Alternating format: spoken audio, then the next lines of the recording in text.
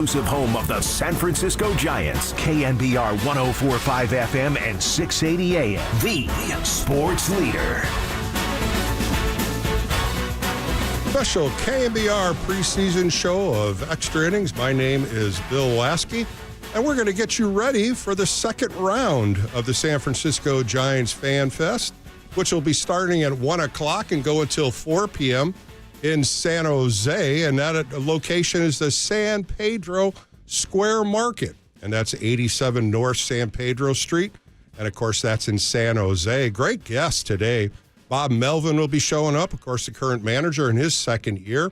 J.P. Martinez, who now is the pitching coach as Brian Price has retired. Also Pat Burrell, the hitting coach, will be down there. Willie Adames is going to be there joining the Giants fans. Finally, Willie's going to get a chance to see the orange and black and how the Giants will respond to bringing a great shortstop into the mix. Hayden Birdsong, one of the young right-handed pitchers that really showed a lot of promise. Landon Roop, another good pitcher that the Giants are looking for major things out of him this year. And Marco Luciano coming back from the Dominican. And a lot of things are going on with him. Will he be an outfielder? Will he be an infielder? And, of course, the hardest seal in San Francisco, Lucille, will be down there to have fun with the kids, and it'll be a great fan fest. The second stop, of course, last week they were in Napa, where Tristan Beck, Matt Chapman, Kyle Harrison, Jordan Hicks, Eric Miller, and Ryan Walker joined Lucille, and what a great event that was. That was up in the Napa Yard, up in Napa, and today the event is 1 to 4 o'clock. And a lot of people will be joining the San Francisco Giants and welcoming another year. 2025 is here. My first show, of course, the preseason show. We'll talk a lot about what the Giants have done so far and some of the situations that could be better. And we'll see if Buster Posey does anything from now till spring training opens, only a couple weeks away when pitchers or catchers are going to be out there. And then next week, the tour stop is in Sacramento, and that's going to be at Sutter Health Park. That's also going to be a 10 a.m. to 1 o'clock visit, and that'll be the third stop of the San Francisco Giants Fan Fest. Dusty Baker will be out there. Mark Hallberg, the first base coach, will join him. Tyler Fitzgerald, Grant McCray, what a great job he did last year. Elliot Ramos also, and, of course, the Sacramento native Logan Webb. And that'll also be at Sutter Health Park. That's at the home of the Sacramento River Cats. And, of course, this year, the Sacramento A's. That's going to be a different one to say as the season progresses. And, again, Lucille will also be there. And then a final stop of the tour is going to be on March 8th, and that's going to be at Oracle Park here in San Francisco. It'll be more of an open house at Oracle Park. You'll be able to go through the locker room, the broadcast booth, jump on the field, play some catch, visit the dugouts.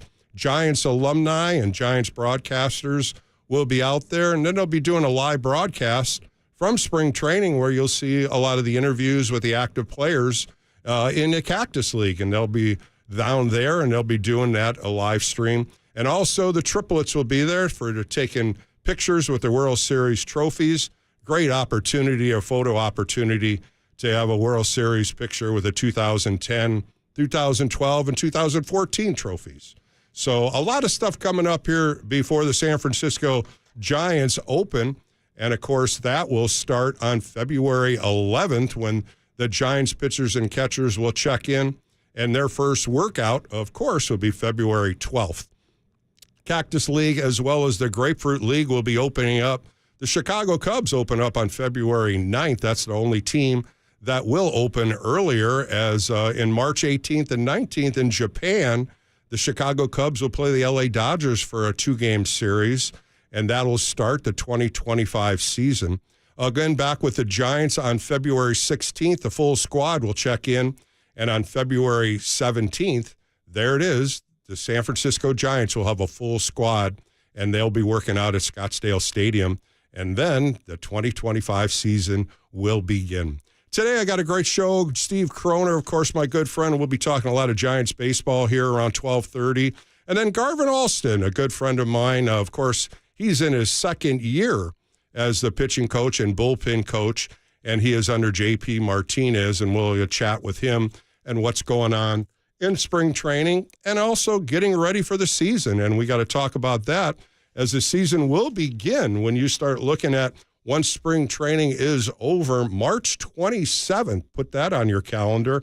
Opening day, and they'll be traveling to Cincinnati and playing the Cincinnati Reds. And, of course, the new manager of the Cincinnati Reds, Terry Francona, is back in the manager's seat, and he'll be leading the Cincinnati Reds. The Giants will be there for 3 games, and then they will travel to Houston and play the Astros before the home opener on April 4th. That's a Friday, 1:35 at Oracle Park, and they'll be playing the Seattle Mariners for 3 games.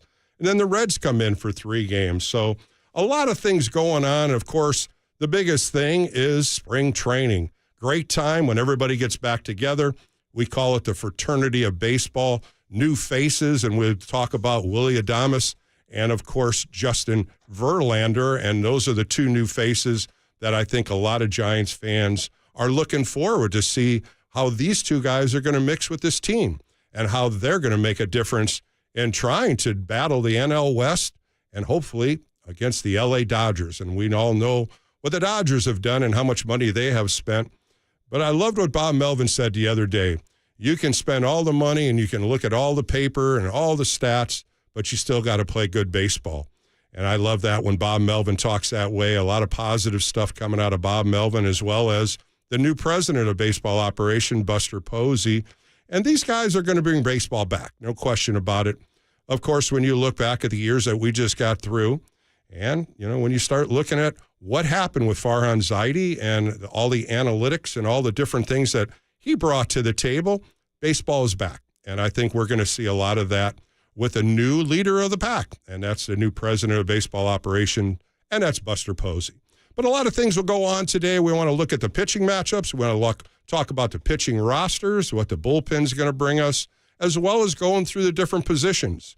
And we'll talk about that as the show continues. I'm Bill Lasky. This is Extra Innings. We're going to take a quick break, come back with more right here on the preseason show on KNBR, the sports leader.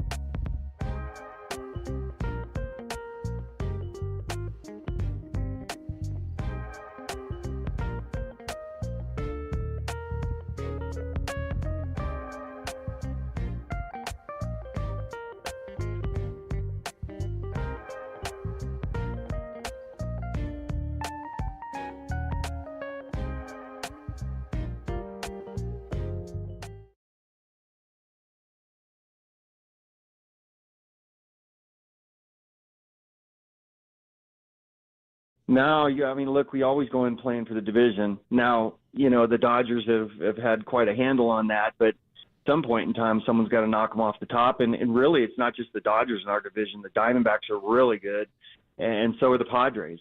So, you can sit there and look at the moves that one team has made, how excessive that is. The Diamondbacks made some huge moves too, and you look at their offense last year, they were the best offense in baseball last year, and now they've added some pitching, obviously, and the Padres have a really good team too. So we got our work cut out for us, not just with the Dodgers, but the entire division. You're listening to the former Giants righty. It's KNBR Extra Innings with Bill Lasky. Sponsored by Lenardi's Markets of the Bay Area. Quite simply, the best. Heard on your Apple HomePod by saying play KNBR. All right, welcome back to KNBR. As Bill Lasky here on the preseason show of Extra Innings. Getting you ready for the 1 o'clock hour where the San Francisco Giants FanFest will be going to San Jose today. And my two buddies, Copes and Marcus, will be down there on KNBR doing some interviews. Make sure you stop by and say hello to my two buddies down there. They'll do a lot of interviews and get you prepped for what's going on in the 2025 season. As you just heard Bob Melvin talk about the division in National League West, one of the toughest divisions. I think all Giants fans know that. But I tell you, it's going to be a good season, especially with a couple of guys that the Giants picked up, and that's Willy Adames as well as Justin Verlander. Willy Adames coming off one of the great seasons he had, 32 home runs last year with the Milwaukee Brewers, 112 RBIs, 21 stolen bases, batting average about 250, 255. But I think when you look at what the Giants needed and trying out Fitzgerald and Luciano at shortstop, I think Buster Posey went after the best shortstop that was on the market and signed him for a 7-year, $182 million deal. And I loved what Willy Adames was saying. He was excited to be a San Francisco Giant, to wear the orange and black, to have Matt Chapman on the side of him, and to build a foundation with the San Francisco Giants and win. And I think that's what Giants fans want to see with new players trying to blend in with a lot of youth and some older veteran players like a Matt Chapman. But you start looking around the infield and you look at Matt Chapman at third, Willy Adames at shortstop, one of the best left sides of the infield. Then you got to look at the other side where you have Tyler Fitzgerald most likely penciled in at second base. And one of the big questions that I would have is Lamont Wade Jr. and Wilmer Flores, who's coming back of injuries, both of them, and they'll be playing first base. So we got to see what Buster Posey has up his sleeve, if there could be possibly a trade. And I just don't think another free agent move with a Pete Alonso, who's now talking about going to the Toronto Blue Jays. And, of course, everybody was talking about Vladimir Guerrero Jr. in a possible trade. But it looks like the Blue Jays are going to lock him up. The latest rumors, as we heard yesterday, 12 years, $450 to $550 million. And if you look at the struggles the Toronto Blue Jays are having up there to try to bring in free agents, I think the money's going to go right into Vlad's back pocket, and he will be off the free agent market. So you got to start looking within. And, of course, the first person you're going to think of is Bryce Eldridge. The 19-year-old super rookie just had a sensational year last year when you looked at what he did in A-ball, AA, and even got to AAA. So I think what Buster Posey was saying recently, I can see him staying in AAA starting off the year. The defensive side of playing first base is something he will have to work on. But when you look down the road, boy, oh boy, he could fill in that DH role with a bat as well as his youth. So we'll see what happens, but it all starts on February 12th. I can't wait to see this.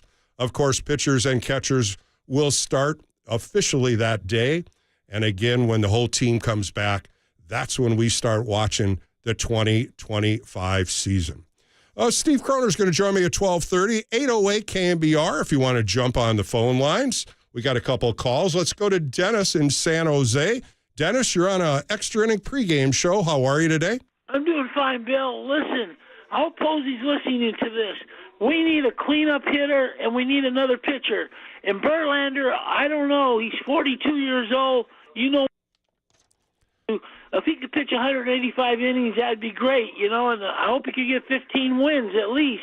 Well, there's got to be a reason why Buster Posey, as well as the Giants, picked up Justin Verlander. Of course, as you say, the age is going to be a big factor, but I think what you're going to get out of him is experience, and you look at the starting staff, and most of these guys have pitched 1 year in the major leagues, and I think Justin fits in that role and possibly giving him some experience on the mound as well as off the mound and preparation and different thoughts of that. Of course, your starting staff, you also have Logan Webb, Robbie Ray. Those are your probably front line two.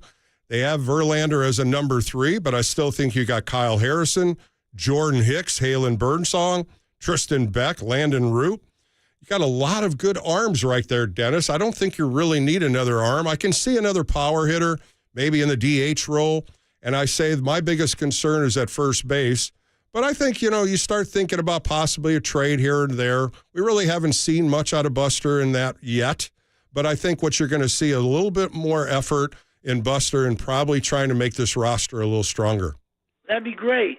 Yep. Well, Dennis, thanks for giving me a call. You going to San Jose today since you're there? No, I live in San Jose, but I got other things to do. All right. Well, you have a good day, and hopefully we'll talk to you as the season progresses. Okay, but, Bill. when you talk what Dennis is talking about, being another hitter, things like that, and I think when you look at the first base, and that's my big circle right now and what the Giants could get stronger at with Lamont Wade Jr. and Wilmer Flores coming off of injuries, both of them, you start looking at the left side to right side in platooning in that position, and you just wonder what else the Giants could do. And I think that answer is, again, Bryce Eldridge. I think everybody is circling his name and trying to make him the target of a possible superstar out of him. And, man, I tell you, I saw him in Sacramento, and he is the real deal. The ball takes off his bat, different sound, and you always talk about that when you talk about players listening and watching and the swing path, and you start seeing different things. And, one of the things the Giants have done this year is brought up Damon Minor, which I think is going to be a big, big addition with the hitting coaches because he's been in Sacramento for so many years, and he's seen the ups and downs on a lot of the young guys and the older players. And when you start looking at a guy like Damon Minor and the experience that he has and what he has learned in the education of some of these players and learning the mental side of the game, that's going to be the big issue that Damon's going to hopefully get over and help these players. Pat Burrell's another one coming in after his second year, learned a lot in some of the interviews and conversations I've had with Pat, and I think everybody's got to look at what they can do on the offensive numbers. Jung-Ho Lee is another guy coming back from a separated shoulder, and I'm really excited to see him in the outfield. And you also have Elliot Ramos. What a great year he had last year. And you look in right field, and there's Mike Yastrzemski, who signed a one-year deal at $9.25 million. And you possibly could have Luis Matos out there. There's a lot of possibilities, and that's what spring training's all about, giving opportunity to players that had some opportunity last year at the big league level, but at the same time, they learned a lot. It's always that second year when you come with a little more experience and you don't have that and I always say the of being a big leaguer. Once you get over that and you understand baseball is at the big league level and you can compete there. The confidence factor, knowing pitchers, learning pitchers. And these are things that I think this hitting group, especially with Pat Burrell leading the way, I think it's going to be a whole different way of proceeding to make this offense better. We'll talk about more about the pitching staff and the bullpen as we continue on the show. We'll take a quick break, come back with more right here on the Extra Inning pregame show on KNBR, the sports leader.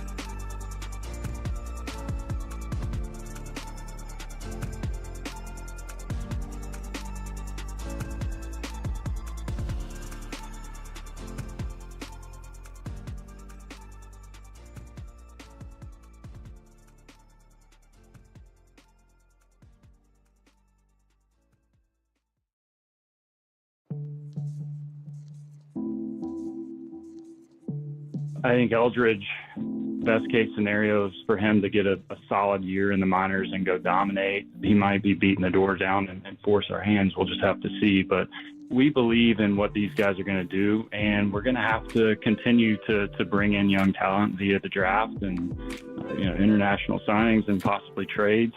But we'll continue to monitor the market. And it is funny, like you said, I mean, being on this side now, as a player, I was always looking and thinking the same thing. And it's not that you're not daily looking at different options. It's just they don't come along as easily as you might think. This is KNBR Extra Innings with former Giants right-hander Bill Lasky. Sponsored by Lenardi's Markets of the Bay Area. Quite simply, the best. Hear him on your Apple HomePod by saying play KNBR. Play KNBR. All right, welcome back to an extra inning preseason show here on KNBR. My name's Bill Lasky. As we get you ready to go to San Jose today, it starts at 1 o'clock. The San Francisco Giants FanFest will be at the San Pedro Square Market, 87 North San Pedro Street in San Jose. Say hello to Marcus. Say hello to Copes. They'll be down there doing interviews for KNBR, getting you ready. Of course, Bob Melvin's down there, the manager of the Giants, JP Martinez, Pat Burrell, Willie Adames. We finally get to see him in an orange and black and get his smile going for the upcoming season.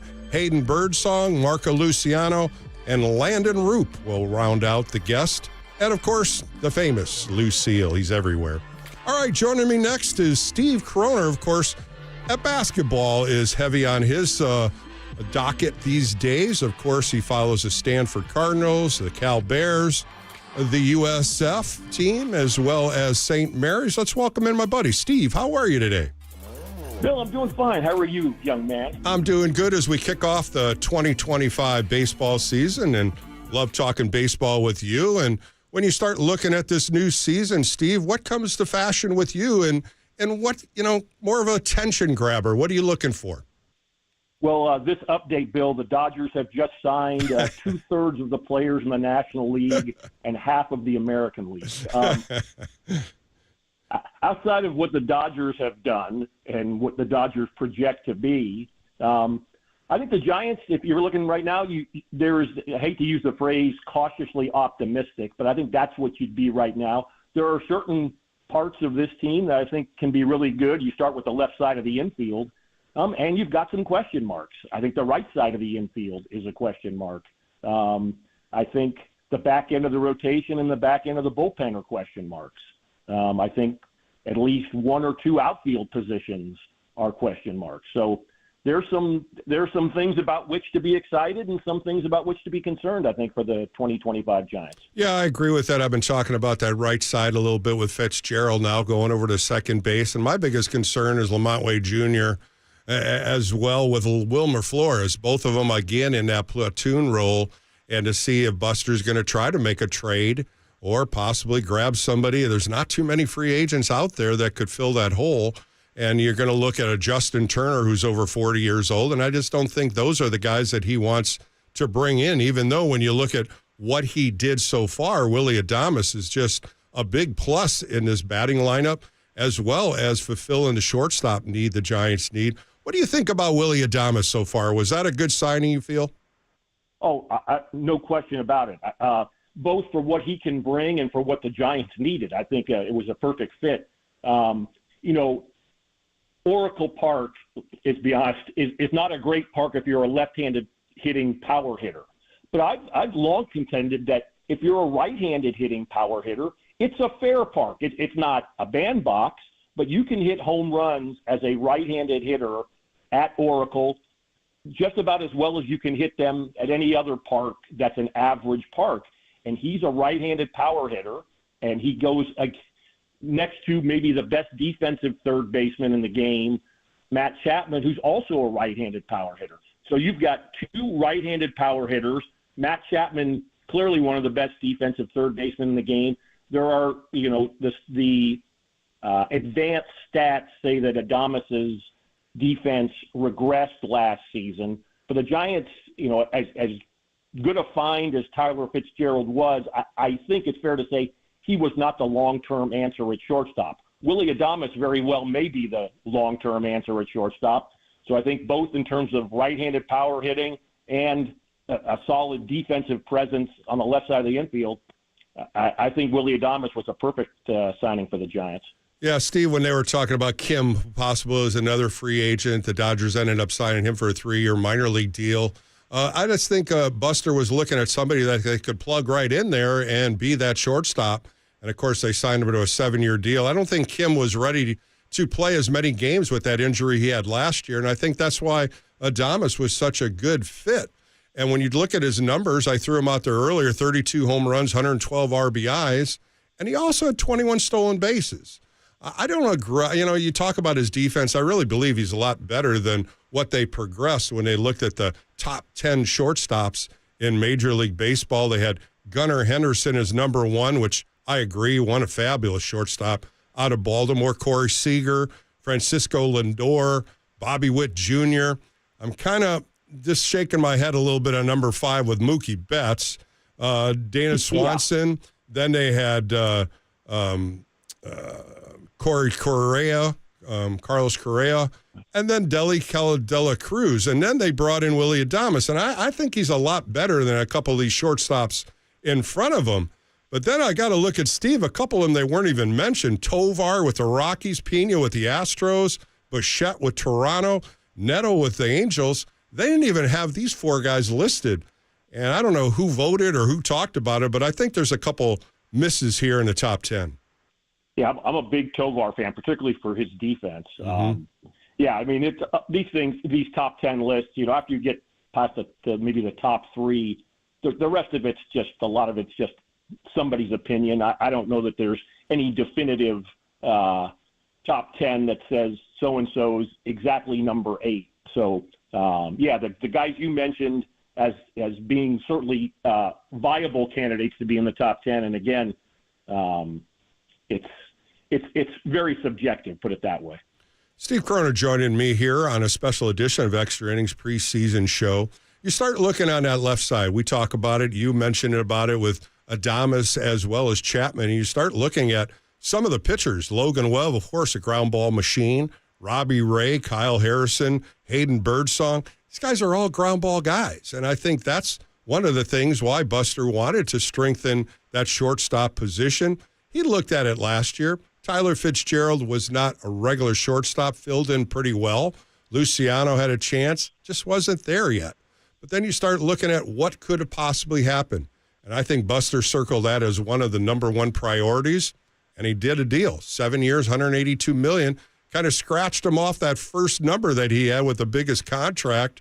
And I'm going to go again with you. What do you think Adames is going to bring into that clubhouse as well as being a leader on this team? You know, that's a little presumptuous of me to say what I know exactly he brings in the clubhouse. I don't know the man. You know, certainly his reputation is good. I do know, you know, Matt Chapman a little bit, and his reputation is very good. One thing I think you can say about both those guys, the old line about your best ability is your availability. Willie Adames played 161 games last season. He played 149 in 2023, and he played 139 in 2022. Matt Chapman, all he did was play 154 games last year for the Giants. He was hurt in 2023 with Toronto, still played 140 games, and played 155 the previous season. In this day and age, to get that kind of just day in, day out, be there for the team, that's pretty impressive. And that maybe in and of itself is a good example for the guys in the clubhouse. It sure is. And then you got to look at what can Tyler Fitzgerald do playing second base. And, you know, you start talking about some of the shortstop, Rich Aurelia, talking to him about what they have to do in that combination up the middle. And that's what spring training is all about. And, again, a couple other possibilities could fill in at second base. There's still a couple guys in the free agent market that could help the Giants. But, again, I don't know what else they could do at second base. When you start looking at the free agent market, there's a couple of them that stand out. There's still Whit Merrifield was out there. He's 36 years old. Brendan Rodgers, of course, from the Colorado Rockies. He's 28 years old.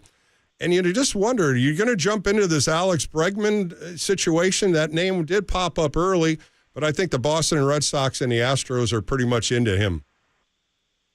Yeah, and I think, too, as good a player as Bregman is, he is the left side of the infield. I think he was a shortstop at LSU, and he's been a third baseman for however many years with Houston. And you've got your shortstop and your third baseman. So I don't necessarily think that that's a fit for the Giants, even if they wanted to spend that kind of money.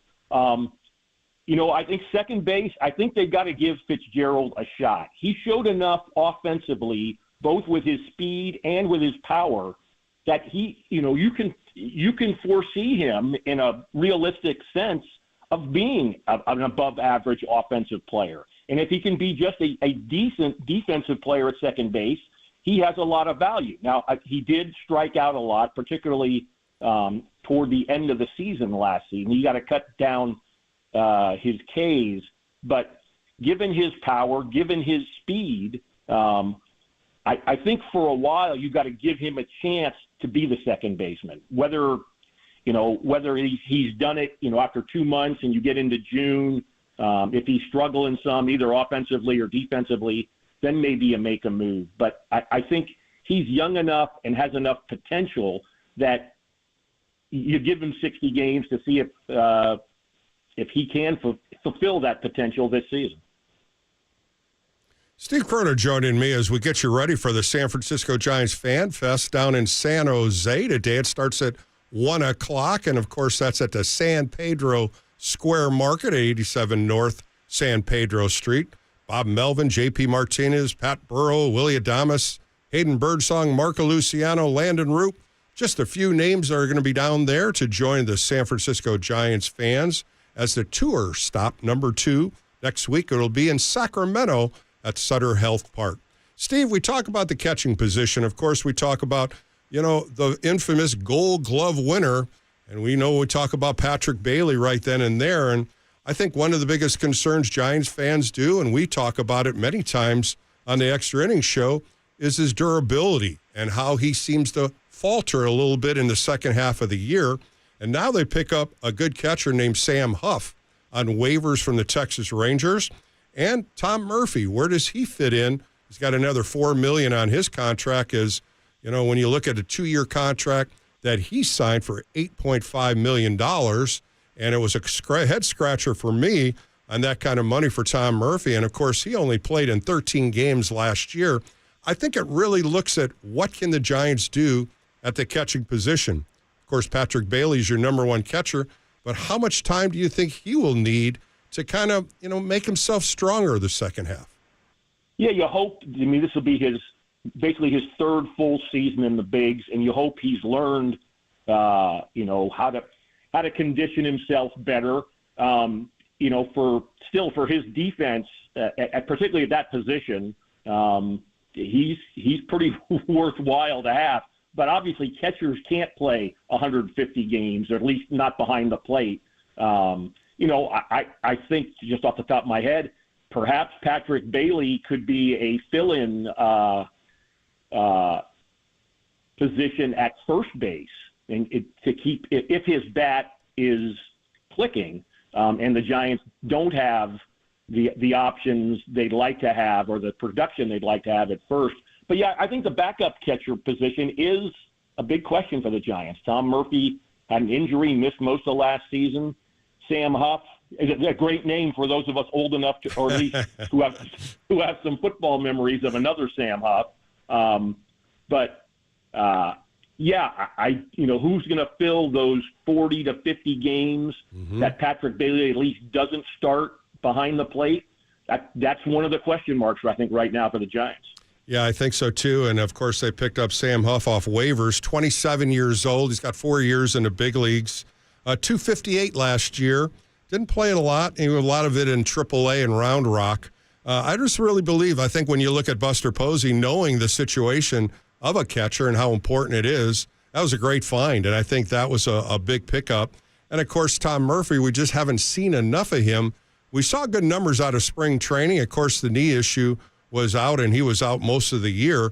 I really believe this, and, I'll be talking to Garvin Alston later today in that, that battery mate, how you can get these guys adjusted and have confidence with the catchers when you got a pretty young pitching staff still. Yeah, and I'll take it a step further, Bill. I know you guys on the mound probably would disagree with this, or maybe in a lighter moment you'd agree. But the old thought about that catchers are the smartest people in baseball because they see the field, they have to call the pitches.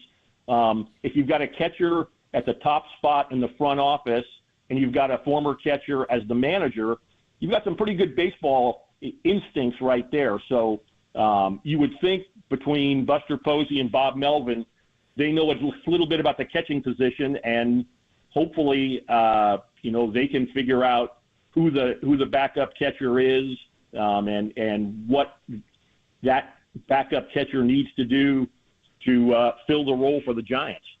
Steve Croner joining me for a few more minutes on the Extra Inning preseason show here on KNBR with Bill Lasky.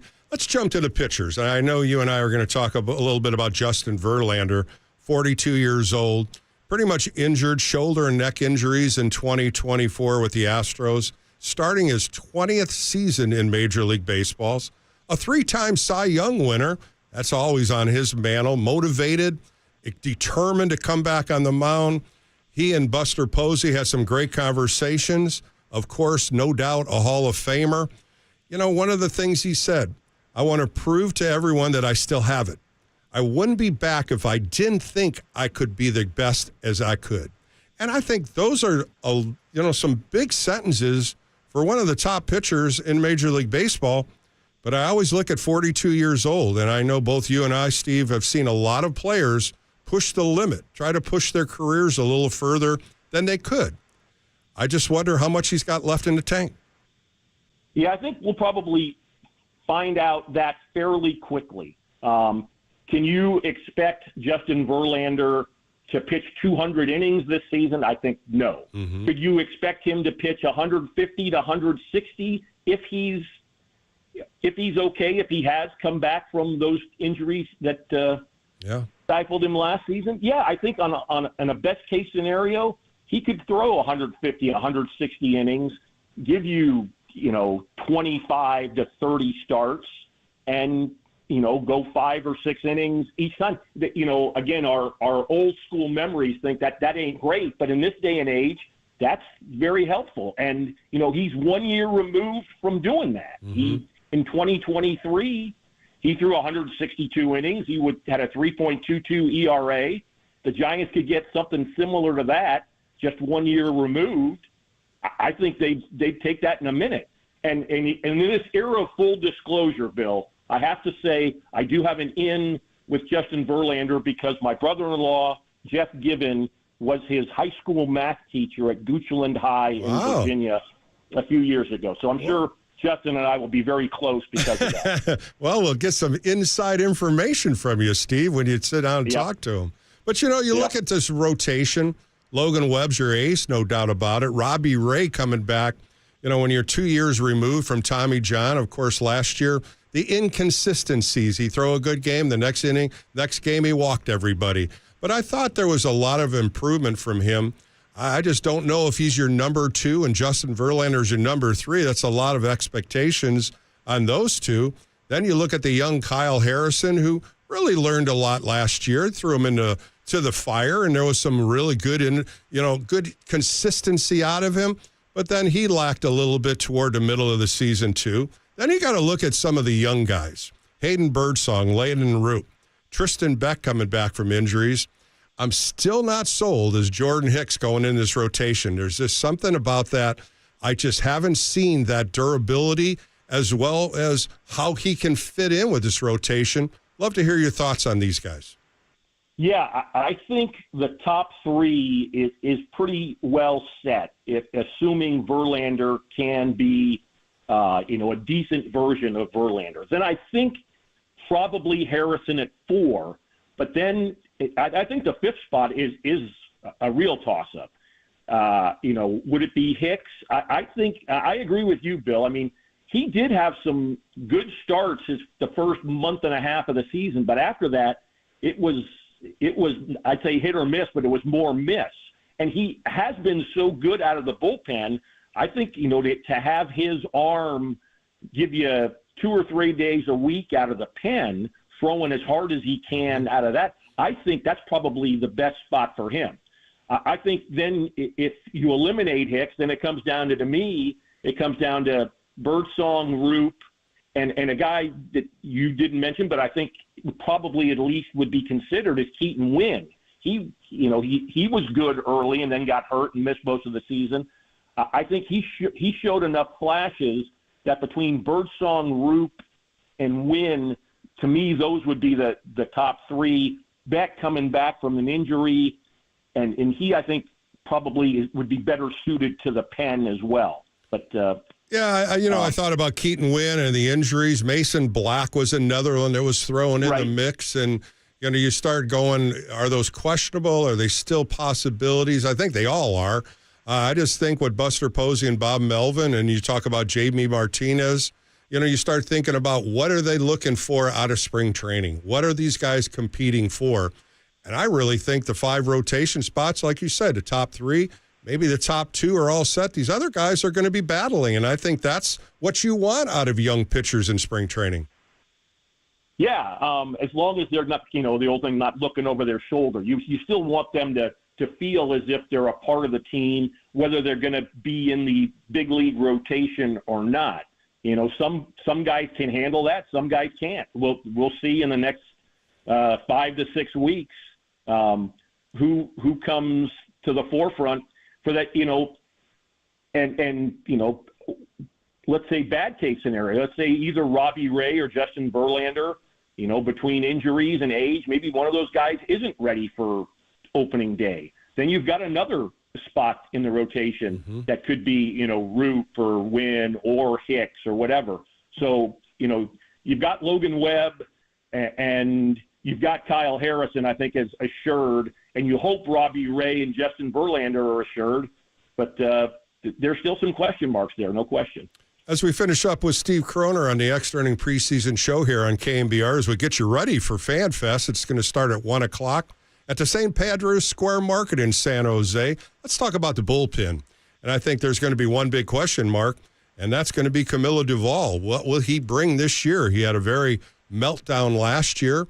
He didn't throw consistent, and then you start looking at what Ryan Walker did in the closing position, took a spot away.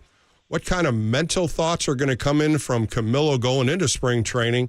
And at the same thing, what is he going to bring out of that bullpen, especially with high velocity, great slider? Where does he fit in this bullpen? He could go anywhere from, I think, being a setup man. I don't think right now you would say that Duvall deserves to be the closer, and more importantly, that Walker does not deserve to be the closer. I mean, Ryan Walker was really good last season. He was a revelation. So I think you got to say Ryan Walker is the closer. If Camilo Duvall has his mind and body right, he could be a hell of a setup man with that, with that fastball and that slider.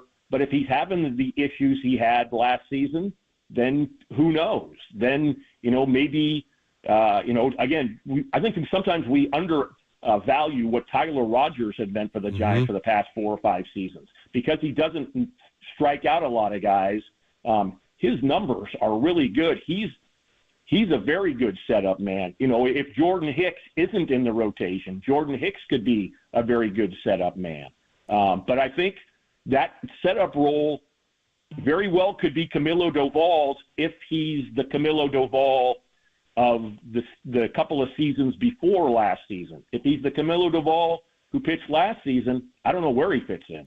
Yeah, I totally agree with you. And you look at Tyler Rogers' numbers from last year, 77 appearances, top in the National League, 2.82 earned run average. He signed a nice $4.5 million deal, and I think he deserves that. You look at Taylor Rogers and Eric Miller from the left side. Boy, Eric Miller just opened my eyes up with what he could bring to the table. And when you think about this, Steve, last year in spring training, he got optioned down, then brought back up, and next thing you know, he was on the 29-man roster. And, boy, he proved a lot last year as a left-hander. I really see a lot in him this year. Yeah, I completely agree with you. I mean, he and Taylor Rogers give you 2 solid left-handed arms. I still don't think you'd say either is a lockdown guy, but both are pretty solid. And, if you project in a positive manner, if Doval comes back, the Doval of 2022 and 2023, and you've got Walker and both Rogers and Miller, that's a pretty deep bullpen. Sure is. That could be a very much of a strength for the Giants this season. Yeah, and then you got to look at Longman, and I think that's where a lot of these guys, from the Tristan Beck, a Landon Roop, Sean Jelly is a name that really opened guys up, eyes open last year, and he was kind of a Longman middle guy, and he really pitched pretty well. And, just start looking at what you said. Ryan Walker definitely deserves that closing role starting off the season and see where he progresses, but he was lights out as a closer. And I start looking at all these young pitchers, Steve, and there's so much durability in them. There's so much promise in them. And I think, you start looking at possible trades, you might see one or two of these guys fit into a trade.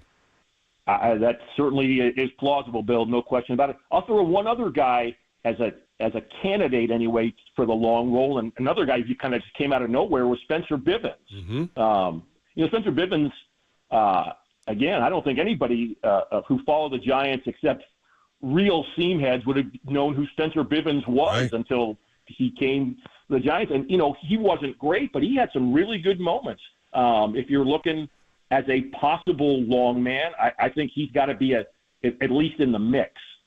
Well, Steve, great stuff as always. We kind of ran down their whole roster, and, of course, Bob Melvin starting his second year as the manager, Damon Miner, a new hitting coach. I think there's a lot of positivity as we open up spring training here early part of February, and I know you and I will be talking Giants baseball throughout the season on Extra Innings. Can't wait to continue to talk to you, Steve, and I want to thank you for your time today.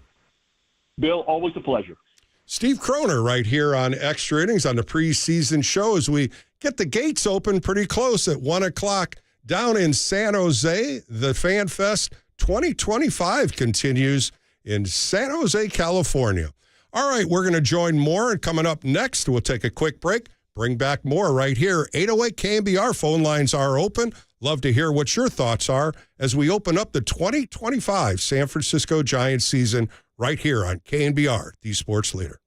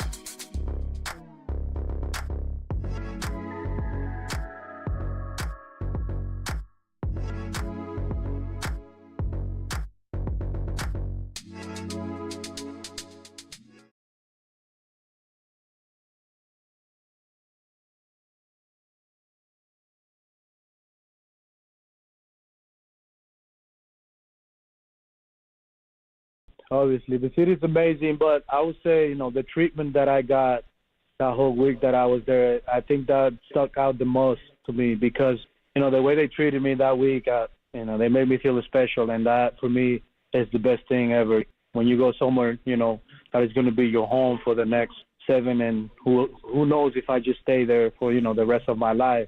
The way that they showed me love, I think it was impressive, and it was special for me and my family. KNBR Extra Innings with Bill Lasky keeps the postgame rolling live right here. Sponsored by Lenardi's Markets of the Bay Area. Quite simply, the best. On KNBR 104.5 FM and 680 AM, the sports leader. All right, welcome back to the preseason show of Extra Innings with Bill Lasky as we open up the phone lines, 808 KNBR. If you want to give me a call as the San Francisco Giants FanFest the gates are open now in San Pedro Square Market. Take a look for Marcus and Copes. They'll be down there doing interviews. Make sure you stop by and say hello to them. Also, manager Bob Melvin. J.P. Martinez, the new pitching coach. Pat Burrell, the hitting coach. Willie Adames, you just heard him talk at Cut about being a San Francisco Giants. I love to hear things like that. Hayden Birdsong, Marco Luciano, Landon Roop will be down there signing autographs, taking pictures. And, of course, the infamous, the great Lucille will also be down there. Hey, I want to wish all the new Hall of Famers this year. The 2025 class was announced this week. Ichiro Suzuki from the Seattle Mariners, 99.8%, 1 vote shy. And, of course, Vallejo's own CC Sabathia and Billy Wagner on his 10th year, his final year, got voted in. And, of course, the Classic Committee voted Dave Parker, the Cobra. Boy, he was a tough out. And Dick Allen, both gentlemen are now Hall of Famers. And what a great class. Can't wait to see that celebration in the month of July. All right, let's get to the phone lines. Let's go out to Dan in Vallejo. Dan, you're on a special show of Extra Innings preseason show. How are you doing? I'm doing great. It's great to be here with you, Bill. And I'm just really excited for this season, and the new guys that are here with Willie Adames and really, Jung-Hoo Lee, because we didn't really get to see a long look at him. I'm just excited to see what our stars and our potential stars can do this year. And on that side, I'm encouraged by Posey's statements that he wants to give guys a longer leash and play them in their traditional positions, and not try to shove a round peg into a square hole like had kind of been done in during the previous regime. And I'm excited to see Tyler Fitzgerald playing every day at second base, and part of that Chapadamas battery. I'm really hopeful that Lamont Wade Jr. and Wilmer Flores can stay healthy, and that lefty-righty first base platoon can withstand the test of time that is. I think that's going to be the big question right there, the generation of being healthy. And I think, when you see them both being healthy, Lamont Wade Jr. can sure swing the bat. Wilmer Flores just couldn't do anything last year. The injuries just mounted up, and first base became a big hole for the Giants. And I just, you look at Bryce Aldrich and see what he can bring as a 19-year-old, and that excites me, and I'm sure it excites you as well as a lot of Giants fans. And I precede him to be a superstar in a orange and black. He will be, I think, and I go to a lot of Rivercats games, and so I'm hoping to see him there maybe in May or June. I think he's going to start in AA. I really do. He only was there for 2 weeks last year and got promoted basically because the season ended and they wanted him to keep playing. So that's why he ended up at AAA. So I think Posey's said he wants him to get his time in and dominate Eastern League pitching, which can be tough. And then, get promoted probably May or June to AAA. And well, I think one of the things too, Dan, I think the play first base, the defensive side, he's got to learn a lot more about it. You saw Ron Wotus, you saw him traveling last year and working him out in Sacramento. Of course, Ron's a great infield coach, and he does a lot of great instruction. And you could see some of the videos of it of him just moving his feet, knowing where to move his feet, knowing the position, knowing where to go when the ball's hit to him. As every person, when you change a position, you have to learn that. And when you're an outfielder coming into the infield, the game is a little faster. Yeah. I saw him at SAC, and his legs looked super tired. And then of the videos that I saw of him in the Arizona Fall League, they looked even more tired. I mean, he was exhausted. Yep, they shouldn't have even put him out in the field at that point. So yeah. I'm excited to see if he can give you league average defense and be like, a 0 DRS and not be a drag on the team defensively. His bat is going to more than make up for any defensive inadequacies that he might have, as long as he's not, negative, a negative defensive score. He is going to be a monster. Something along the lines of Pete Alonso, and I'm really excited to, hopefully be saying I can't wait to see him in opening day 2026. I hope that's the case, that he makes it up. But even if this is his 2009. Say he's Buster Posey, and this is his 2009. To get him in May, ready to rock and roll and be Rookie of the Year, in late 2026 or mid 2026 is fine too. I just want him to come up when he is ready to mash. Yeah, I agree with you, Dan. I think on the horizon, what a great person to have in those steps of knowing who's behind you and what you could get out of him. And I think that's a great, great problem the Giants have when you look at what he can do on the offensive side, the defensive side, and the youth of bringing him up with a lot of these young pitchers and players. It's a plus. I want to reach out. Thanks so much, Dan, for giving me a call today. And I think you, as well as all San Francisco Giants, are having a positive approach to the 2025 season. Super excited. All right. Thanks for the call, Dan. Let's go out to Dennis in Walnut Creek. Dennis, you're on a special edition of Extra Innings preseason show. How are you today? Hey, I'm doing well, Bill. It's great to hear your voice. I'm looking forward to all the post-game shows coming up this season. Boy, Dan sure stole a lot of my thunder. That was a great call. He's right on a lot of things. And I was kind of thinking, my thing was I was just hoping, because, sometimes you get snippets where they say, well, they're thinking about making a trade for a certain guy, and they're going to throw in this guy, and this guy. And I was just saying, I hope they don't, do that and get a guy that's, getting almost to his prime, and then give up good prospects. I'm just hoping that doesn't happen, because after hearing I think that's one good thing, Dennis, that you're saying, because I think that's what Buster Posey, as a baseball player, baseball mind, and the people that are in the circle around him, I think that's what we're seeing a little bit more of, is the baseball side and not the analytics side. That's what I love when he said Bob Melvin's going to make up the lineup. Bob Melvin's going to know the heartbeat of the players. I think that's what we need to see back in the orange and black. And you're saying it just like that. Don't give up a top prospect for a guy in his older age or older in his maturity of baseball when you're only going to get 1 or 2 years out of him when you got some guys that are in their prime. I agree. And as far as Verlander, he might be good in this way that he's going to be, he just might be a good guy to have around for the young pitchers. I mean, and also hopefully he can, maybe kind of rejuvenate his career or his maybe longevity of this season. He would be a great asset, but it'd just be nice to have a guy like that that's kind of been to the wars. Sure, three-time Cy Young winner. I think that's one of the things that he's going to bring is the experience and the know-all of a 162-game season. And I think that is one of the things when you look at this pitching staff.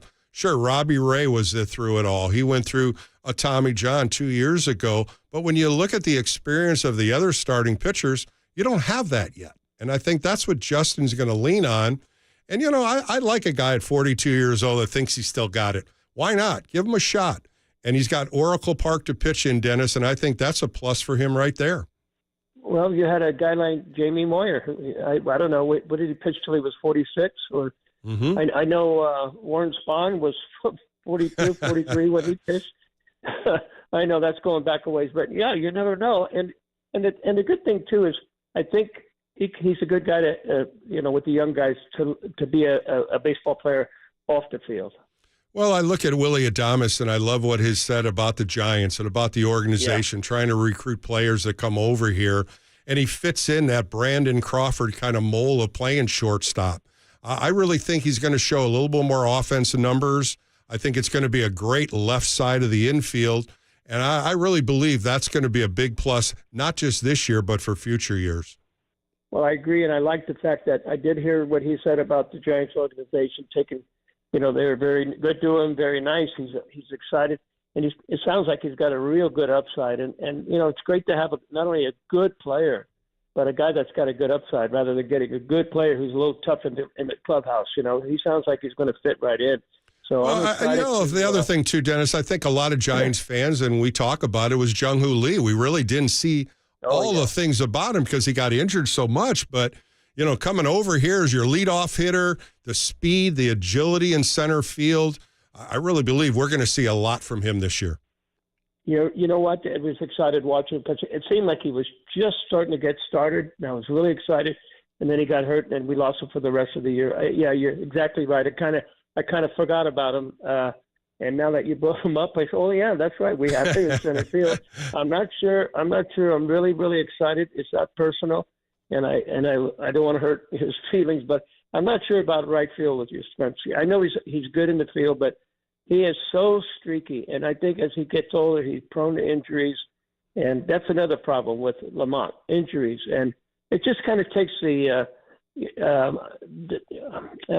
hard to explain, the continuity out of a lineup or for the season when a guy goes down and you got to put in someone else. But I know that's baseball. Durability, that's a big key. And Steve Croner and I talked about it with Adames and Chapman being in 150 games, and those are the guys that want to play every day. And if you can keep these guys on the field, it sure would make this lineup stronger, and your defense would get better. But, Dennis, thanks for the call today. I appreciate your time, and looking forward to talking to you more on Extra Innings postgame shows.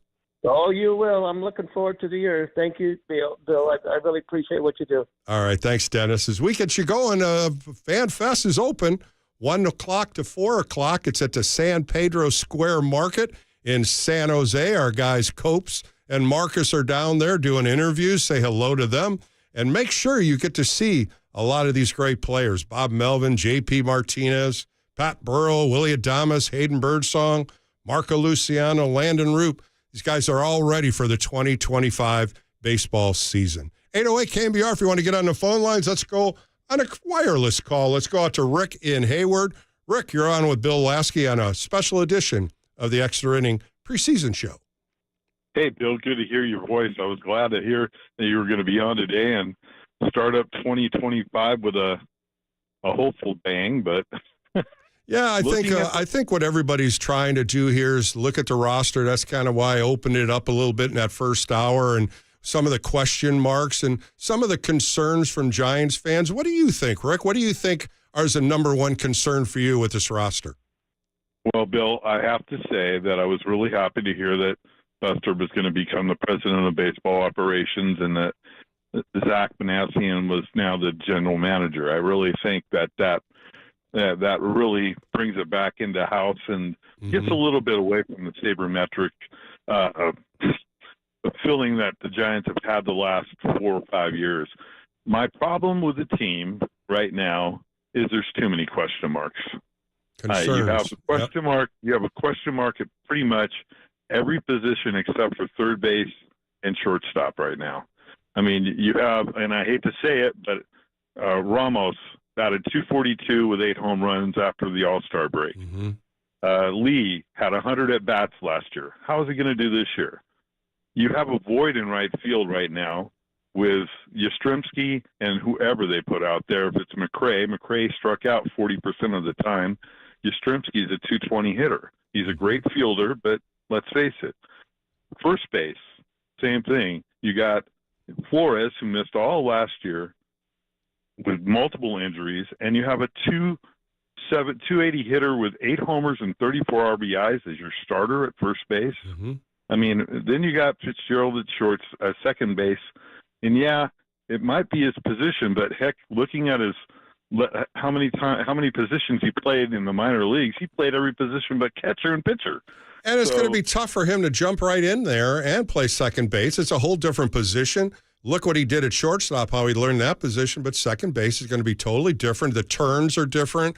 The going to the left side and the right field is going to be different. These are all good concerns right now, and I kind of opened that up in my first hour and some of the question marks, and you're 100% right. They're going to have to play at the top of their game, and they're going to have more consistency in every one of those positions.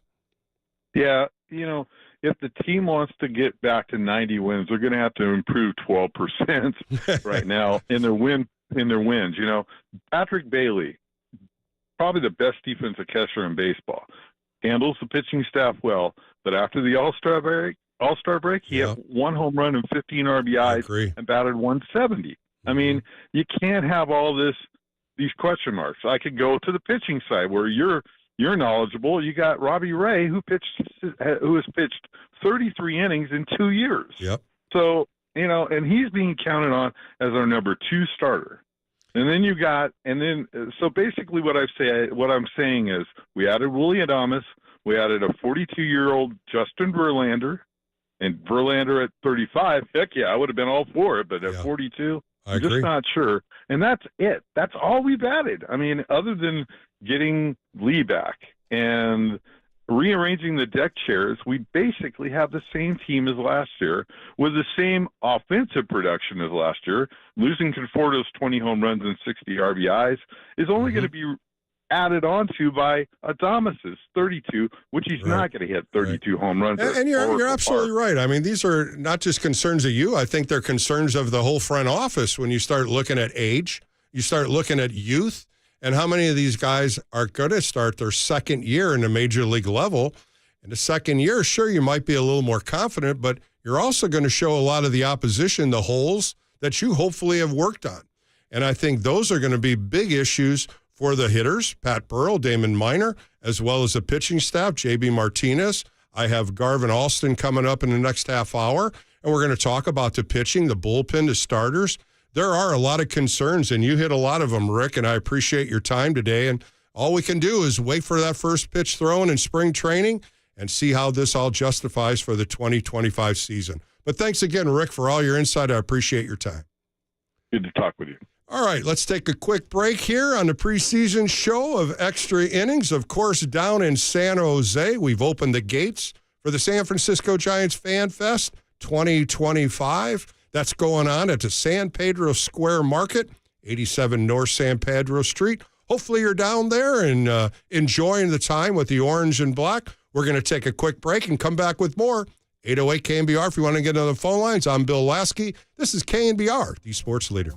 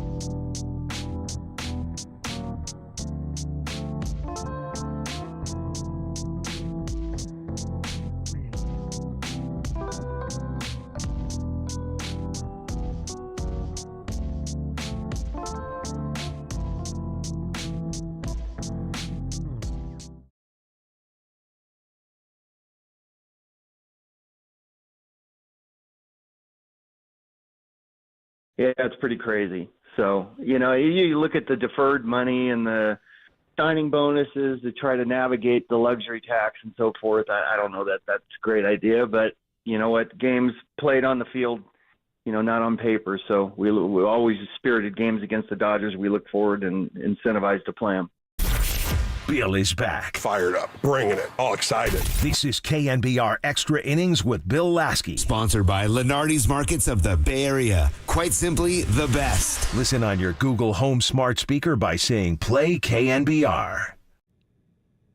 All right, welcome back to the preseason show of the Extra Inning postgame shows of 2025. My name is Bill Lasky, and the Giants now are in FanFest. The second stop, the tour stop is stopping in San Jose. It's at the San Pedro Square Market in San Jose. Next week, it'll be in Sacramento for those Sacramento Rivercat fans as well as the Giants fans. It'll be at Sutter Health Park. It starts at 10 a.m. to 1 p.m., and that's February 1st. Dusty Baker will be showing his face and signing autographs. First base coach Mark Hallberg will also be there.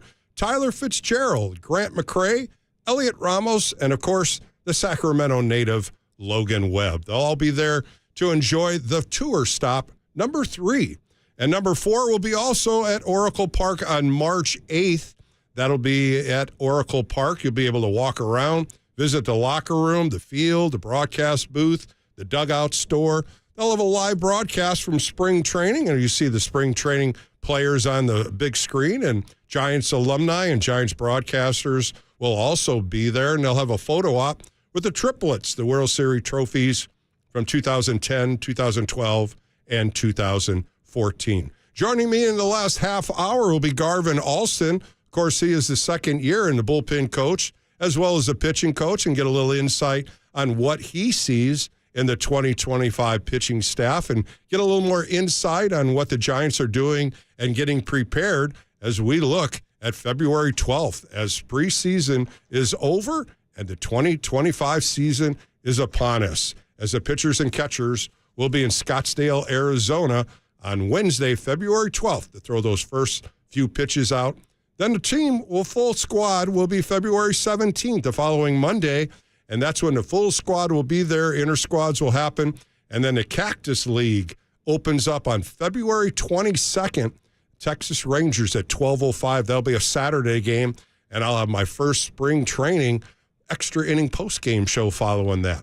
All right, I'm Bill Lasky. This is KNBR, 808 KNBR. If you want to get on the phone lines, let's go to Kevin in San Mateo. Kevin, you're on with Bill Lasky on a preseason show of extra innings. How are you? I'll tell you, Bill, I had one of those soups at Lenardi's. It was fabulous. There you go. Lenardi's quite simply the best, my friend. No, Bill, that was a great call by Rick, and I totally agree with everything he said. Yeah. And then was it the call before him who said he's excited? How could you be excited about this baseball team? Well, it's a new season, though. You got to look at it, Kevin. You got to look at the new season, the possibilities. You can't go into a new season on a negative thought basis. This is a new season. Anything can happen. That's why I am positive about him. You got to see it. You got to believe in it. You got to watch it, and then you analyze it. Well, yeah, it's the same thing happens in 2021 where everything went their way. But, I just don't see this. They're not better than the Padres or Arizona. They had the 10th best record in National League last year. So what? They're going to be at best 9th? Possibly. Well, predictions are always analysts. People look at numbers. They look at statistics. I look at what your team's going to be like. Yeah, there is a lot of questions. Rick was totally right in when you diagnosed each position. But again, it's a new year. You can't start a new year thinking you're in last place, thinking you're the worst team in the NL West. You got to believe. And how you believe it, you start this season in spring training, and you make this team believe in what you have and believe in what you can grasp. A lot of things can happen in 1 year. Okay. That's about it, Kevin. I mean, I understand your thoughts, and I understand what you perceive, but you got to turn the page, my friend, and believe in the truth. Believe in what can happen in a baseball season. And you never know. You got Buster Posey, a baseball man, ahead of this, and I think you're going to see more baseball. But I appreciate your time today, Kevin. And think positive, my friend. The 2025 season is upon us. All right, let's go to my friend and Andrea. Andrea in Berkeley's giving me a call today. Andrea, happy 2025 baseball season.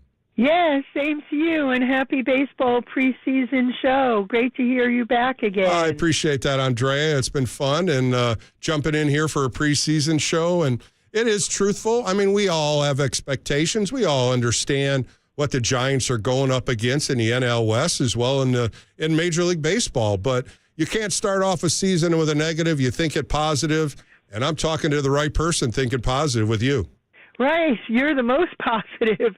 So great to hear that Sagittarian positive vibes again. Thank you. Much needed and appreciated. Well, Andrea, there's no question about it. He didn't, Buster Posey didn't load up with free agents. He's trusting what these guys can do in the youth and how they establish themselves and how much they work at it. And you got to give these guys an opportunity. You just don't know what they can do after 1 year. And they understand the game. This is baseball.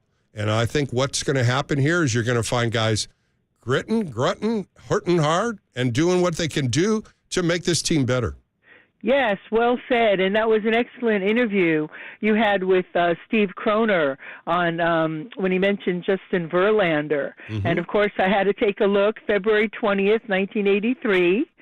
So that's nice. He's a little older. And he's, Susan Slusser wrote some great articles about him, about the right kind of vintage, and he can be a great mentor. And I always look at Mars, which is energy, assertion, aggression for an athlete. And he has Mars in Pisces. Saturn is there, which rules the skeletal system. So we have to manage our expectations, Bill. The issues that he had with the shoulder and so on, that could continue. But, even if he's not in the ace role, which he won't be, he can still bring a level of success and mentorship.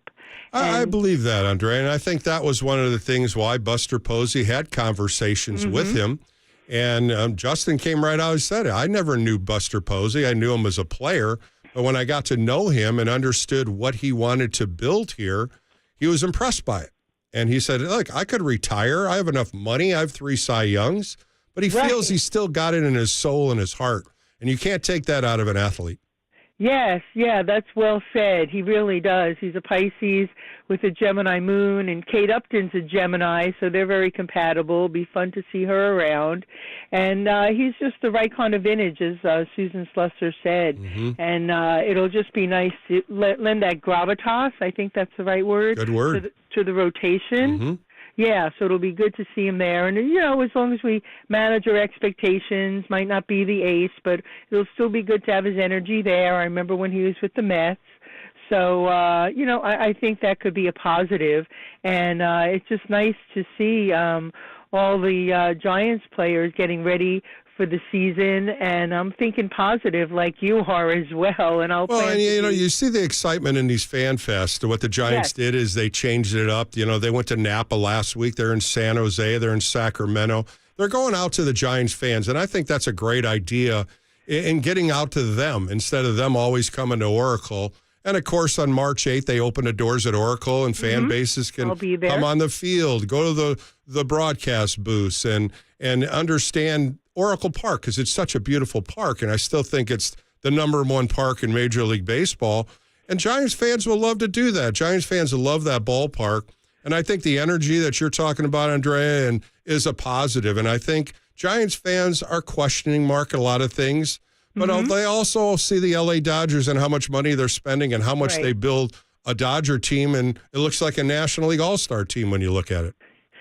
Right, but, that's not that much new, so we got to, work with what we have, and that's quite substantial. I really like our lineup. I like fellow Virgo Willie Adames. He talked about good energy and good vibes during his press conference. He seems super positive, and, it would be really nice to have him there. And, Verlander's goal with the Giants, he said, proving that I still have it. Yeah.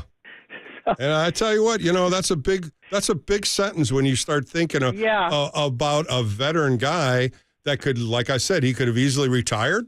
take his easily. money and had a nice life with his family, but he still has it. He's still got something in him. How much he has, we'll find out. What he has left in the tank, he's going to bring it, and I think that's what all Giants fans want to see. Yes, I'm looking forward to it. Well, Andrea, thank you for the call today. I appreciate it. I know I'll be talking to you as the year goes on. Hopefully you're doing well for the 2025 season. Yes, Bill. Same to you, and look forward to your shows. I appreciate your time, Andrea. All right, some great Giants calls right there, talking about the Giants season and a lot of positivity, and there's some question marks. There's no question about that. Coming up next, I talked to Garvin Alston. Garvin, of course, in his second year as a pitching coach and a bullpen coach. We're going to dive into the pitching staff, find out a little bit more about what this Giants team's going to do on the mound. Garvin Alston coming up next right here on the preseason show of Extra Innings with Bill Lasky, right here on KNBR, the sports leader.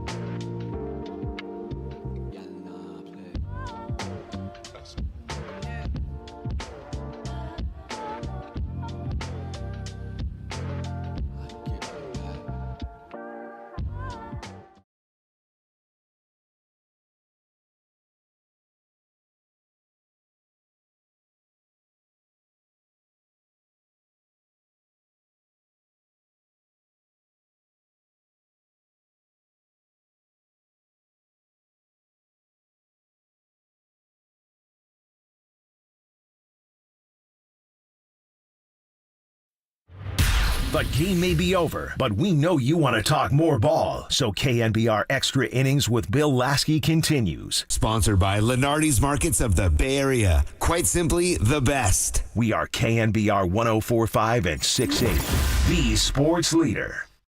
Welcome back to the preseason show of Extra Innings with Bill Lasky. As we count down, pretty close to getting to spring training. Got a great guest coming on next. He's a pitching coach, and of course, he runs the bullpen for the San Francisco Giants in his second year. Let's bring in my buddy Garvin Alston. Garvin, how are you today? I'm doing wonderful. How you doing today? I'm doing great, Garvin. Well, another season upon us, 2025. Couple of weeks, spring training is going to start. Tell me a little bit of what's your thoughts going into the 2025 season. Well, going into the 25 season, we had some changes, some moving around, and so here we are and getting ready. So we're all optimistic and happy where we're at, and once we get into spring training, we'll know a little bit more as the season goes. Well, Brian Price stepped down, and J.P. Martinez is now the official pitching coach in a dugout. I know you've worked with him for a couple of years. Tell me a little bit about your relationship with J.P. Oh, well, I had J.P. when I was first in Minnesota, and he was a rehab coordinator at that time. So he was around, and we had a relationship there with Minnesota when I was the pitching coach there. So he came into Minnesota. We bring up our coordinators from time to time when we're in the big leagues, and he came in, and we spent some time together and just got acquainted and got to know each other, and just know that he's very intelligent, and he's a researcher. Like, he does a really good job researching and digging deep into, that's his thing. So with that, and then being here with the Giants and being a part of PD myself, and getting to know, just understanding what he likes to do and what he does well, and being able to get ahead and help him with the things he don't. And so, yeah, he's a good person. Got the great eye for seeing things and digging deep into it. So it's going to be great. That voice you hear on Extra Innings, post-game shows, and of course today as we open up spring training is Garvin Alston. Garvin, you had October, November, December off, 3 months off. I'm sure you wanted to be in the playoffs, but it didn't happen. What did you do this offseason? You spend some time with the family? Well, yeah. I know a lot of people do know my pop's passing during the season, this past season. I went down to South Carolina to try to get everything into perspective and get everything in order, and I was able to convince my mother to come live with me out here. So that transition took up basically October and November. So it's been kind of a off season of just getting things in order. So it's actually been fun being around family and being around my mom, 24/7, and helping her through everything that she needs to get help through. But it's been fun being around my family. Oh, that's great, Arvin. And you live in Arizona, of course, bringing her back there. And, of course, you had spring, you had a Christmas spirit and with her and the family, and that's always important. Let me go into the baseball world a little bit. When do you guys as coaches start monitoring for the upcoming year? When do the meetings start? Are there Zoom calls? When do you guys start gearing up? For us, it's on the coaching side. We never turn it off, to be honest. It's constant digging and looking at different things, whether it's our pitchers and how we can help them get better, or if it's possible free agents and or possible trade situations. We kind of go through different guys through the league and AA and AAA, and kind of just look through different things that are out there to see what can supplement us at the higher levels in the PD system. But we also go back and take a look at what we missed during the season and what plans could have been done a little bit better, or things that we could have either paid more attention to or less attention to. So it never really turns off. And for myself, I go up to the facilities ever since December. I'm there with the players who are playing catch and getting guys ready for this upcoming season. Yeah, and the facility you're talking to about is Papago, which is one of the greatest situations for all Giant players and pitchers, and all the fields and the accommodations, the clubhouse are just magnificent. When you go up there, is there a lot of active players going on? Is it mostly rehab players, or is it open door policy for players and pitchers? It's a combination of all. Of course, we have the rehab guys there grinding, trying to get ready for the upcoming season and get themselves healthy. You have those that live in the area of Scottsdale, Glendale, wherever it is here in Arizona, and guys come in and start getting their work and being on the field per se. So it's a combination of it all, of guys being able to come in. but we kind of set it up in structure once we put together the throwing program with JP and myself and send it out. And once we send it out, these guys know exactly, and we know also what days they should be throwing. So we make sure that we make ourselves available while we're there. Well, let's talk a little bit about that. Both of us were pitchers in our careers. The foundation is so important for all these pitchers when you start a new season, 2025 ramping up. When does most of these pitchers start throwing? Back in our day, of course, you went into spring training getting in shape. These guys are in shape all year. When do they really start throwing on the side and ramping up? Well, we give them options, honestly. We give them options from, early November. Some want to start a little bit in October. I won't say frown upon it, depending on what type of person you are and what's helped you in the past. But we have like 3 different start dates, and we give them the opportunity of picking which 3 they want to do. So it's anywhere from, I would say, late October to November 14th, 15th, around that time, so guys can go ahead and get themselves ready or feel ready enough to get ahead and start spring training. The other thing, Garvin, is weight training. You look at high schools and colleges when they go winter conditioning. Is that something that the Giants progress to get pitchers in the zone, more or less weight training and giving them some time just to rest from throwing? From what I understand, they do give them a little bit of time on downtime, but even during the downtime, it's not like they're not doing anything. Mm-hmm. So it's probably doing things what is it called? T-spine mobility and moving, and then they gradually get into weight and get themselves going, whether it's force jumps and box jumps and things of that nature. So, yeah, no, it's a small down period, but these guys are in the gym from, I would say, as soon as the season's over, they're doing something, whether it's corrective exercises, whatever it is, to get ahead and make sure that they're ready to rock and roll for next year. That voice you hear on KNBR is Garvin Alston.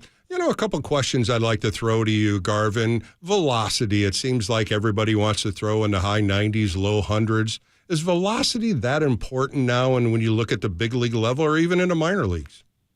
No, at least not for the Giants. We all want anyone that can throw the ball extremely hard, but we have some things that come before it, right? Command, being able to use a secondary pitches, understanding where to throw the ball. But, of course, when you take a look at the metrics, when it comes to velocity can cure or give you an opportunity to have, less errors in the zone, and it just gives you a better opportunity of getting out of things. But the problem with that also, if you don't throw it close to the plate, count leverage is number one. When we go and take a look at, guys ahead in counts and behind in counts, guys who are pitchers who are ahead in count do fairly well. And I think that's what we're trying to promote to our pitchers. We want the velocity, but we also want the velocity with command. Mm-hmm. And if we can do both, that'd be great. If you have to drop down a half a mile an hour or a mile an hour to get ahead and command the ball to all parts of the all parts of the zone, then that works out to be perfect. A couple more minutes with Garvin Alston. You and I have talked many times about secondary pitches, and I think one of the pitch that a lot of pitchers are starting to dwell on is a changeup, trying to get that off-speed pitch, and you more or less just said it, trying to get into the zone. Now you throw an off-speed pitch of a changeup or a split finger. That has to really, really make that arsenal of every pitcher a little bit better.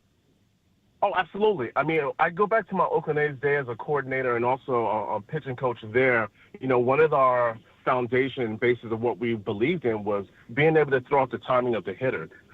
So if we're able to throw a changeup that appears to be a fastball, but then the miles per hour and the movement profile of that pitch allows that pitch to either be a swing and miss or soft contact, that's hard to hit. And just going back and thinking about it, Tony Gwynn talked about it as well. Like, that was one of the hardest pitches for him to hit was a changeup. But he did it well and better than everybody else. He said that was one of the toughest pitches to hit. Well, I tell you, when you start thinking about it and what we did in our repertoire of pitches, a changeup was one of the pitches that they instilled on everybody because you wanted to have a 3-pitch mix with a breaking ball as a number 2. But with the high velocity some of these guys are throwing, a changeup is just so awesome to have that in, like I said, in your arsenal. And for him and your pitchers, when you look at your bullpen right now and all the different arm angles, and velocity throwers in Eric Miller or Camilo Duvall. Then you go to the other guys when you look at a Tyler Rogers, a Taylor Rogers, and now Ryan Walker. There are so many different arm angles and so many different pitches that these guys all throw. That has to be a plus for the San Francisco Giants. Absolutely. I think that's one of the reasons why, if you take a look at the whole picture of the bullpen from last year and the advancements that we made and how much better we got it. And I think that has a lot to do with it and understanding what these guys are capable of doing. So because of that and the different arm angles that we have and the different velocities and spin that guys are able to go ahead and do, what ended up happening was we wasn't giving them the same look of the person coming out all the time. So that gave us an advantage from time to time. I'm very proud of what the guys achieved this past year and moving from the spot they were in 2023 to 2024 and just moving up the ladder. If we go from, and this was told to me by someone, by the July until the end of the year, we were in the top 10 in bullpen rankings when it comes to so many different things. Of course, we led all of Major League Baseball in ground ball percentage, but in strikeouts we came, I believe we were first as well. I was just very proud of these young men and the work that they put in and understanding the different things that we were bringing to them and them taking it out there and executing. Last one for you, Garvin. It's so important to have a good catcher behind the plate. Patrick Bailey, a Gold Glove winner from last year. You also have Tom Murphy, but you also picked up Sam Huff from the Texas Rangers. These three catchers are pretty much going to be in the mix to learn these pitchers and understand what their pitches are going to be at different times. In spring training, how important is that for all the catchers to learn that and understand it? Oh, it's everything. I mean, they call it a battery for a reason, right? You got the pitcher and the catcher combined to get ahead and put things together. One thing about Huff, he's already here. He lives in Arizona, so he was able to come out early and start to garner relationships with these guys that are here and start to understand exactly what they're doing. So, yeah, it's going to be important for us to make sure that combination, that understanding, and we also have a veteran in Stassi who's here as well. So very excited about him, and so he can share his knowledge. And of course, I've had him in Oakland, so we kind of get each other when it comes to pitching styles and things to do, and for him to be in that room as well and to share his knowledge and the things that he's seen throughout Major League Baseball is going to be definitely an asset. Well, Garvin, it was a pleasure catching up with you. Looking forward to seeing you again this year, and good luck, my friend. Absolutely. I appreciate you. Take care. Garvin Alston on KNBR. More coming up next right here on KNBR, the sports leader.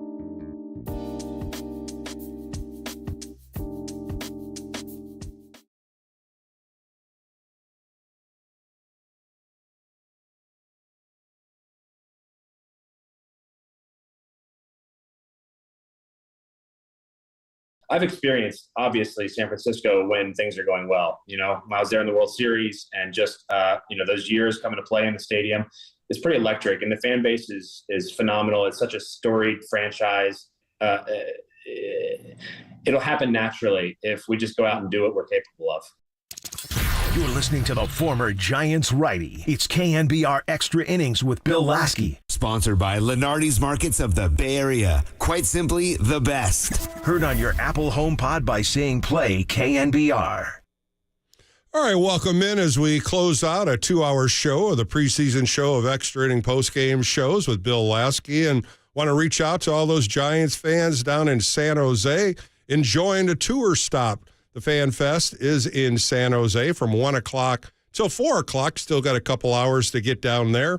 Of course, Bob Melvin, J.B. Martinez, Pat Burrow, Willie Adames, Hayden Birdsong, Marco Luciano, Landon Roops down there. And, of course, Lucille's enjoying it with all the kids down there. Next weekend, don't forget, at Sutter Health Park. February 1st, the tour stop is number 3. The FanFest will be in Sacramento from 10 a.m. until 1 p.m. Dusty Baker will make an appearance, along with first base coach Mark Hallberg. The players Tyler Fitzgerald, of course, Grant McCrae, Elliot Ramos, and Logan Webb will also be there to entertain you. And then it finishes on March 8th right here at Oracle Park. They'll have an open house. That'll be from 10 a.m. to 3 p.m. A lot of Giants alumni and broadcasters will be there. They'll have a live broadcast from spring training. Of course, you'll be able to look at the locker room, go on the field, the broadcast booth, and tour the dugouts. It's a great, great event at Oracle Park. Open house on March 8th. And also photo opportunities with the triplets, the World Series trophies from 2010, 2012, and 2014. I want to thank my guests today, of course, Steve Croner, as well as Garvin Alston. 2 great interviews. You can hear them on the podcast on KNBR if you missed them. Also want to reach out and thank Raph, who produced the show, and also all you Giants fans calling in and talking some preseason baseball with me, and looking forward to another great season on Extra Inning Postgame Shows, as well as doing some late-night shows on KNBR. For Bill Lasky, have a great night.